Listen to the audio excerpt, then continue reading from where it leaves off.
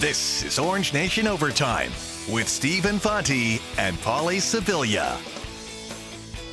Welcome into Orange Nation Overtime, everyone. Alongside Paulie Sibilia, I'm Stephen Fonte. We have made it to Tuesday, 24 hours away from Syracuse and Mercyhurst tomorrow inside the Dome. We kicked off the show today talking about this quad 3 loss that SU has to deal with right now on its resume. And our producer, Tim Leonard, laid out all of these examples from last year's tournament and from the 2024 tournament of teams that lost at least one quad 3 game and still made it as an at-large bid. And there are more than you would expect. Last year, 9 teams lost at least one quad 3 game and made it as an at-large bid, including UCLA, Clemson, Connecticut, North Carolina, some big-name schools. The year prior, 19 teams, Paulie, made it with at least one quad 3 loss. 7 of those had more than one quad 3 loss. And you're talking about teams like Kentucky. Kentucky had multiple quad 3 losses. St. Mary's that year had multiple quad 3 losses. Texas A&M had 4 quad 3 losses, but they had a number of quad 1 wins. This is not the end of the season that they lost to Hofstra, but as we've been saying, it just makes things a little bit more difficult right now. Instead of taking a direct flight, they've thrown in a couple stops along the way. That's a good way to look at it. Everything, it doesn't come easy, and I wish it did.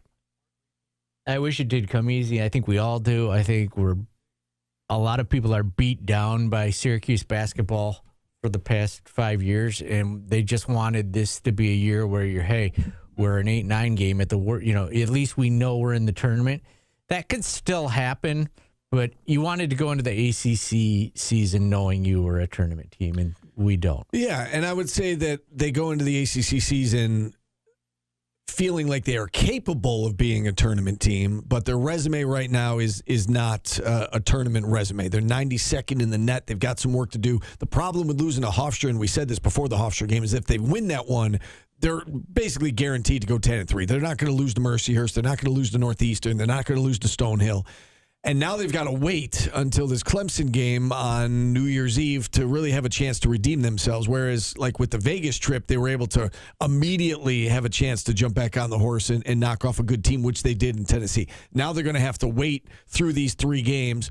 And, we kind of talked it through on the show today. You think that these 3 games can do them some good getting ready for Clemson? Yeah, they've got to figure out why their offense is stagnant sometimes. And I think this is a chance to run your offense. And it may give you a false sense of security, but I think it's a good time to realize that, hey, if we do this, it will work. And it would be nice to get Donnie Freeman back at least a game or 2 in advance of that Clemson contest to integrate him into the system. And again, he was playing very well before he went out. We came into the season talking about who the best player on this roster is. I still think it's Donnie Freeman. And if you bring the best player back and you give him a game or 2 to ramp up the speed, hopefully that helps greatly in the Clemson game and beyond. And I think something people don't realize has gone away since Donnie Freeman was playing was he was able to find William Kyle on the high-low when teams were zoning and, just packing it in even if it wasn't zone against. And that would have come in handy on Saturday because they struggled with that. And, they kind of figured it out late in that game, but it was a little bit too late. They made that run. They got back within a possession and then, took the lead momentarily. And then the defensive lapse at the other end, giving up the 3, ultimately did them in. I know it's hard to do all game, but Syracuse, when they speed people up with their press, and we heard it during the Jim Boeheim era, why don't you press more? I didn't think they had the athletes a lot down the stretch of Jim. I feel like with the depth and the physical ability, the athletes on this team should press a little more and just speed people up so you can get more transition baskets. Yeah, and to that point about speeding them up, they did speed up Hofstra, and a reason that the press worked is that they've got William Kyle back there, and he does such a great job. Of all the things that he's doing well this year, one of the things I've been most impressed by is his ability to block shots and alter shots without fouling. You don't always see, a lot of times you see a shot blocker swinging at the ball and swatting at it. And he does a great job staying up and just and just affecting shots. And Hofstra beat the press for the most part, but it was William Kyle back there making shots difficult, and ultimately they were able to get back in the game late because of that. It was Jeremy McNeil-esque in that game. It's a good way to look at it. All right, we had Donna Tota on the show today. She does a great job covering Syracuse basketball for Syracuse.com, and we started her off by asking for her thoughts on what she thought was the most concerning thing from a Syracuse perspective to come out of that Hofstra game on Saturday. Here's what I would say was a concerning thing. So the Syracuse's starting guards got outscored by 19 points. I think J.J. Sterling and Nate George had 15 total points. J.J. had all of them. And the two guards from Hofstra had 34 points. So having a 19-point differential between the backcourt scores is pretty concerning. That's the number one thing I would think at this point. All right. From that game. Yeah, from that game. How about on the other end of the court? You know, we keep hearing about the level 5 defense, and we've seen it, right? We saw it against Houston. We saw it against Tennessee. We've seen it at other points throughout the season. The last 2 games, not so much. What do you credit that to? We know that there's an illness going through the team. But, I said to Paulie, I thought the St. Joe's game kind of would have been a wake-up call for that. Okay, you didn't play your best. You were sluggish. You still found a way to win. For it to happen again against Hofstra, to me, that was a little concerning. And to let them shoot it as well as they did from three-point range. What do you make of the defensive effort these last couple of games? Yeah, so I just started rewatching some of the game, and some of the threes they got were wide open looks. And, obviously that's a concern because before this game, they had been pretty good at defending the three. So I don't know if they just weren't paying attention. I'm not sure what happened in terms of who got shots and who didn't get shots and what have you. But I just think that they did a really nice job of finding guys in good spots to score, which is something that Syracuse really didn't do, in particular in the second half. I don't know if I've seen a better guard than Cruz Davis. And I've seen 10 games this year. I'm talking about in person. Yeah. He just played really, really well. He shot it. He drove it. He found open guys. He was just really good, and they just could not figure out how to guard him.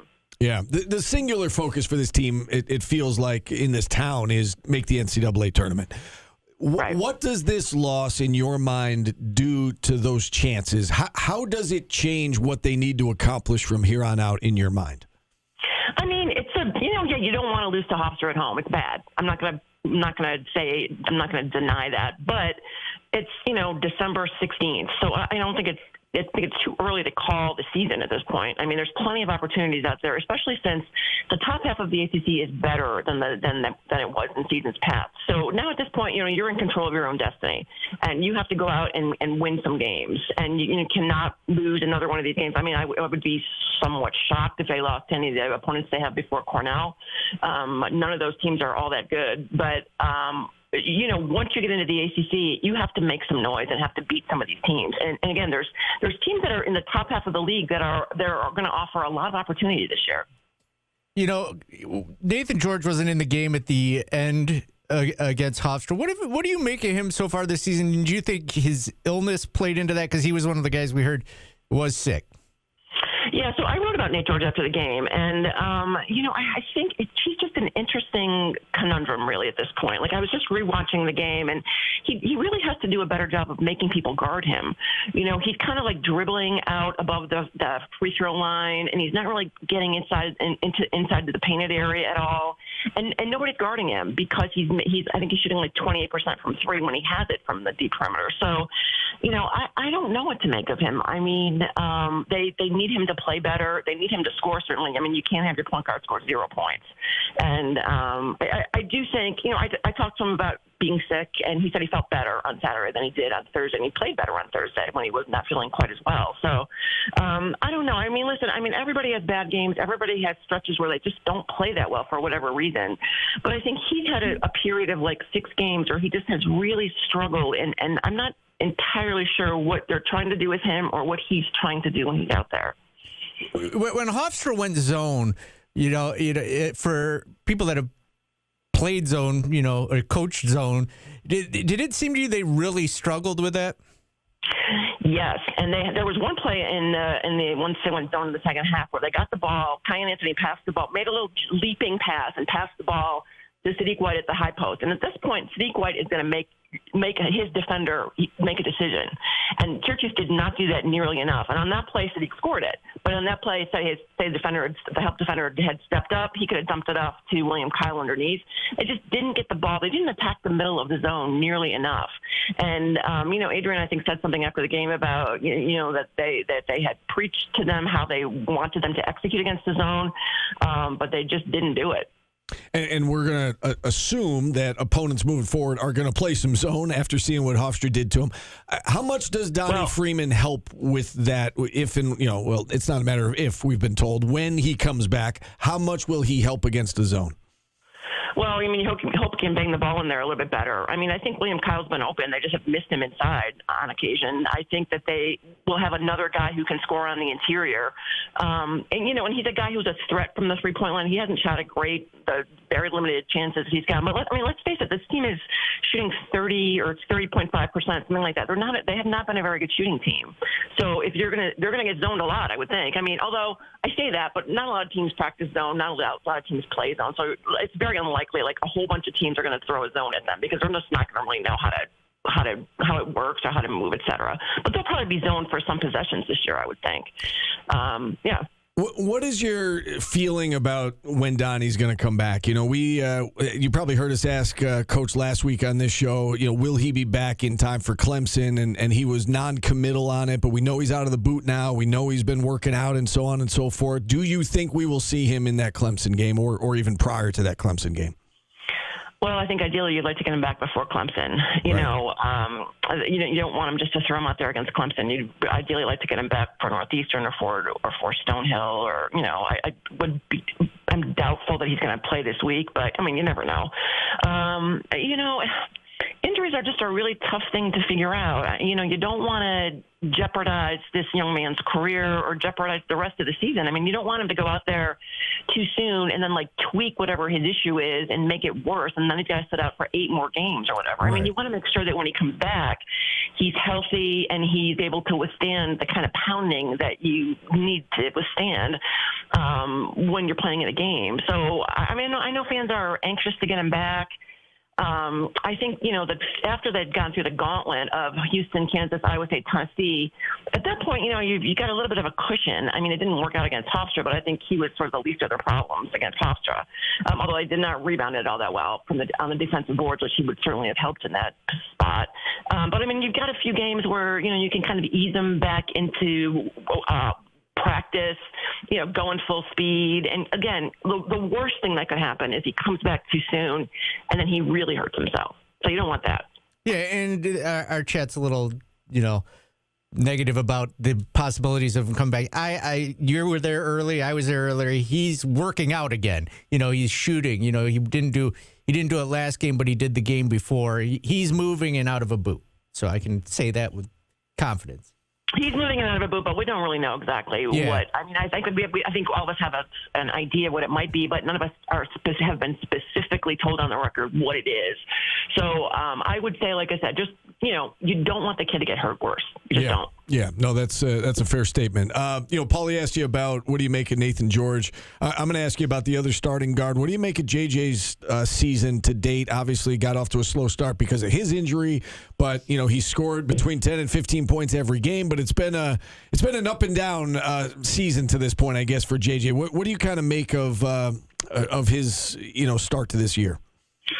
Well, what I'm curious about is what happened to him in the second half against Hofstra, because he started the game with so much confidence. He shot the ball so well. He did what he does best. He drove it. He finished at the rim.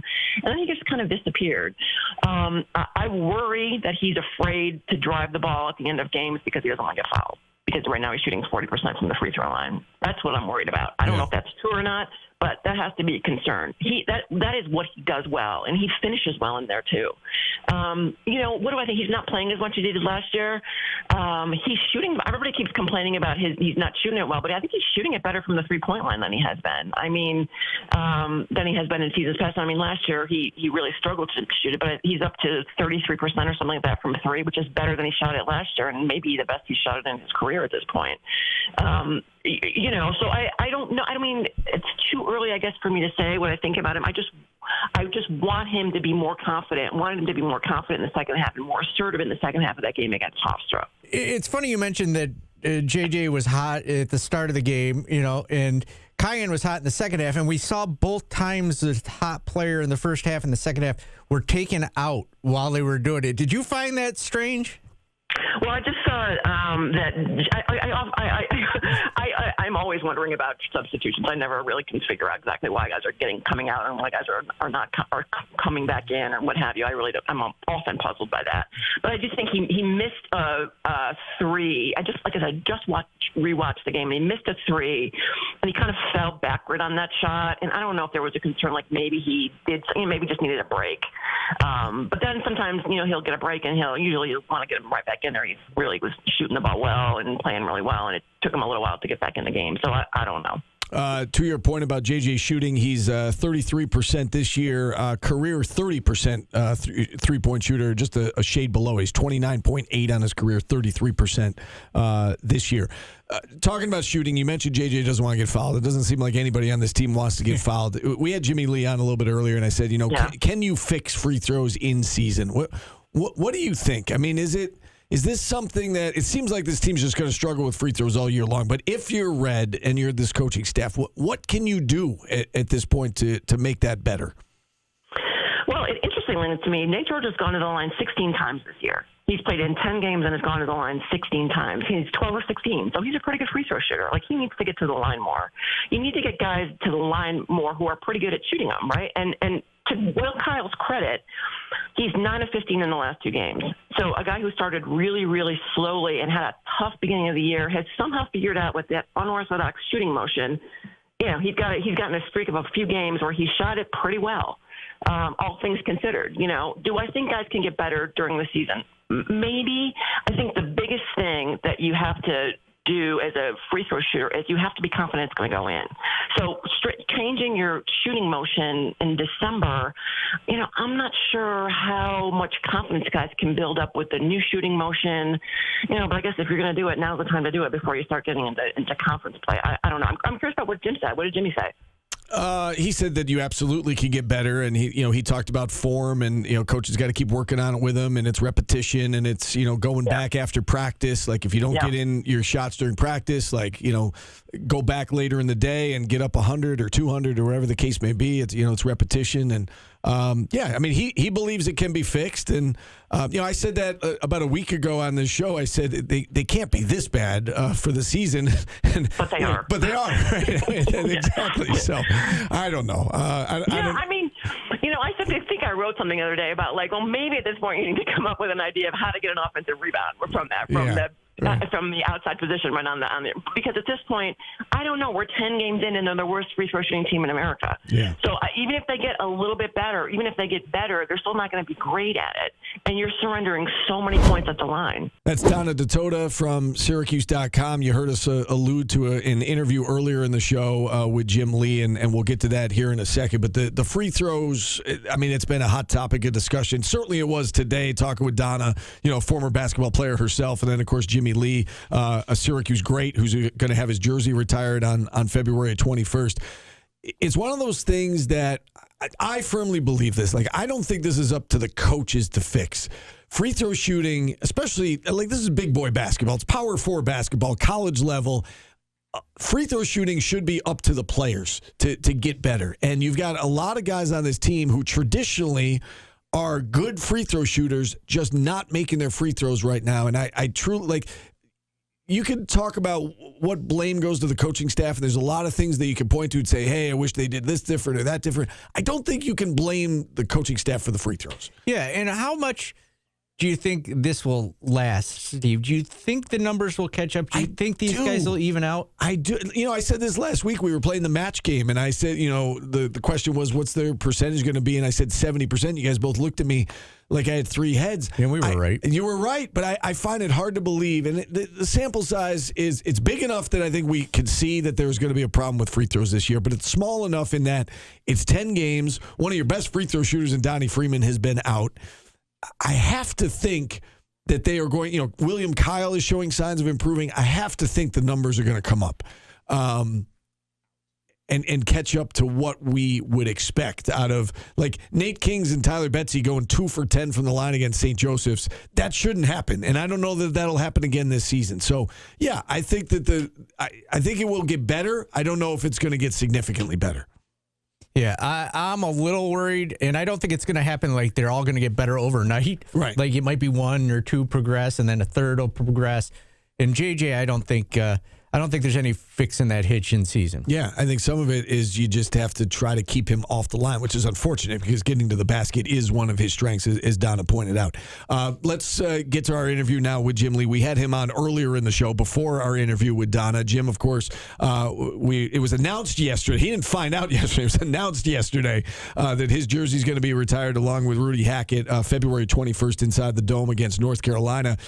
We asked him how he found out, and it was actually a while ago. Take a listen. Well, I actually found out, it was a couple months ago, actually. I got a phone call from John Wildhack. And I happened to be in Wegmans. I took it because I saw it was him. And he told me, and we did tell me, he goes, but you can't say anything until we announce it. So I'm just going like, oh, man. I got him in. He goes, I think I was almost in tears. I bet. And what's it mean to me? I mean, it's great. I mean, it's an honor to be up there with guys like Dave Bing and Dennis Duval and all the ones who played for Boeheim and stuff. And I know Rudy feels the same way because him and I have talked about it. And yeah, it's great that it's great. I don't know what else to say. you know, we've seen a couple of these situations with teammates having their jerseys retired together, right? Louie and Bowie, and we saw it with Jerry McNamara and Hakeem Warwick. You get to share the experience with Rudy Hackett. Have you two talked about that? And I guess, you know, what does it mean to you to have him kind of, to go into the rafters at the same time as Rudy Hackett? Well, yeah, actually, I mean, Rudy and we've actually discussed it before it ever happened, and we both came to the conclusion is if it's going to happen, it's going to happen, and there's nothing we can do about it. And now since it is happening, I mean, I think it's great we're going together because after our freshman year when everybody just got there, I mean, Rudy and I were roommates for the last 3 years, and so we've remained close. We talk to each other along with Steve Shaw, because the three of us came in together, but we all stay in touch with each other. So that's kind of cool that after 55 years, I mean, we're still friends, and even if we don't talk to each other for a couple of months, pick up the phone, it's like we're still in school. I mean, that's kind of what guys do, isn't it? Absolutely, 100%. Yeah, and that's great to hear. And, you know, when you look back, Jim, on your time at SU and your time playing with Rudy, you know, what comes to mind? I mean, everybody in the Syracuse community remembers the Final Four, but, you know, is that the number one memory for you? Is there something else that comes to mind? I think what comes to mind is, like I mentioned earlier, like Steve and I and Rudy came in 1971 together, and we spent 4 years together, and we had 4 really good years. I mean, we went to the NCAA tournament 3 of those 4 years. But back then, you had to play freshman ball. I mean, it's not like you know, these kids nowadays. They play on AAU teams. They play more times before they get to college than we played in our whole college career. And I mean, and we got better. I mean, this as coaching afterwards and just, you know, working my whole life. You're supposed to get better each year, and that's the one thing I liked about as a team, we all improved each year. Individually, I know I got so much better my freshman year to my sophomore to junior, and junior to senior, and even I got so much better at the beginning of my senior year to like the middle of my senior year and on. And Rudy's been consistent the whole time. I mean, Rudy was, you know, after Dave Bing, when they picked up Dennis Duval, I mean, and as far as I'm concerned, Dennis is still like it's Dave Bing and Dennis in the backcourt as far as individual talents and players. And Rudy came on the heels of Dennis. I mean, they were at least bigger names recruit. I mean, let's face it, when I came in, I was Mike Lee's younger brother. And I think if I go back to some of the press releases I heard, I was a slow, skinny white kid from Kirkwood that was Mike's brother. So to me, though, that I mean, And I know that I improved. When I left my senior year, I know I was playing as good as or better than anybody in the country. And I think that's what I remember the most, even about anything else. I got to a level because I played my best basketball against the best teams getting to the Final Four. And it's kind of cool from a slow, skinny white kid from Kirkwood, New York. I don't know how else to say it. Yeah. Well said. You know, that's how you were described. How would you, if you gave a scouting report on Rudy Hackett, what would it be? If I gave one on Rudy, he does it like 6'9", like 220, and he's still the same. He still his weight's the same. He's still in great shape. But doesn't make many mistakes. You can't leave him alone because he's going to make a play if he gets the ball down low, whether it's him scoring or making a pass to an open man. Does everything defensively, boxing out. One of the things that always cracked me up about Rudy is, I would check I check the papers and the stats and who goes up and up, but I knew just what I read in the paper the other day that Rudy's numbers his senior year were better than anybody that's hanging in the rafters, except for Billy Owens. I think scored 1 point per game more his senior or last year, and somebody else said, no, I think that's all it was. As far as rebounding his last year, I think he's still has the most rebounds per game his last year playing. So his numbers were always there. So Rudy was always consistent day in and day out. And heck, I still remember like it was yesterday, like the North Carolina game when we played them in the East Regionals. And we came in at halftime. I think we were down 1 or 2 points, something like that. And Coach Danforth comes in, and he just comes in at halftime going, "Fellows, we have just won this ball game. This is an even game, and Rudy is yet to score a basket. We've won the game. Now the only thing we got to do is just go out and do it." It's like, okay, that's cool. We will. And that's all. But that's all we thought. It's like, geez, that makes a lot of sense. Rudy hasn't scored, and it's an even game. And things happen to go our way at the end. So, no, Rudy's a scout player. If you looked at him, every single team would have to, they got to key on Rudy. But then again, if they keyed on Rudy with our team, everybody could shoot at our team. So you couldn't really double them too much because I could shoot, Jimmy Williams could shoot, Chris Cease could shoot, Stevie Shaw could shoot. You couldn't leave Ernie Siebert alone because Ernie, if he gets the ball down low, he's going to make a basket. He could make a 15-footer. And we had the same thing with guys coming off the bench. So Rudy was the key to our team, definitely.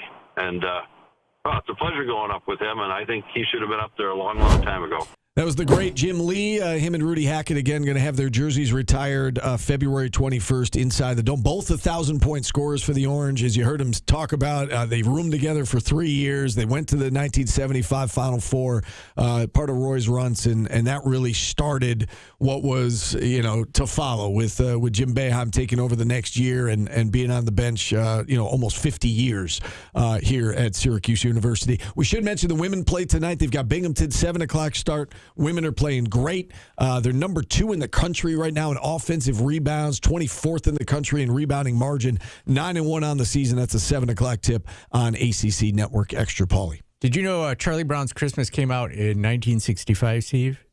I didn't know the year, but I knew it was before I was born. It was nearly scrapped because of its slow pace, lack of laugh track. So it was like one of the first cartoons to not have a laugh track.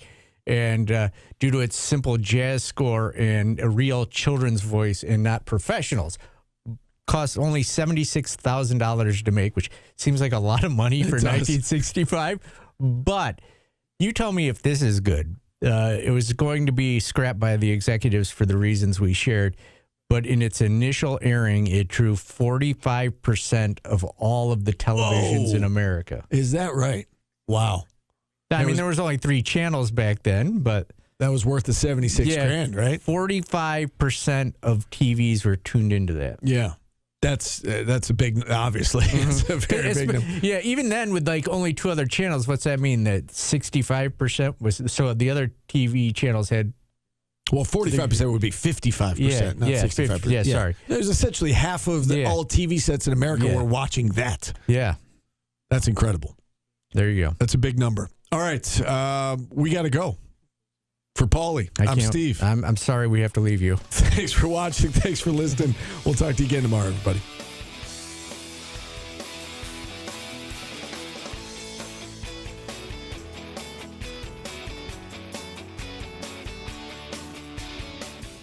Download the WSYR Plus app on your TV to stream News Channel 9 for free. Just go to your smart TV, search WSYR Plus in the App Store, and download to start streaming today.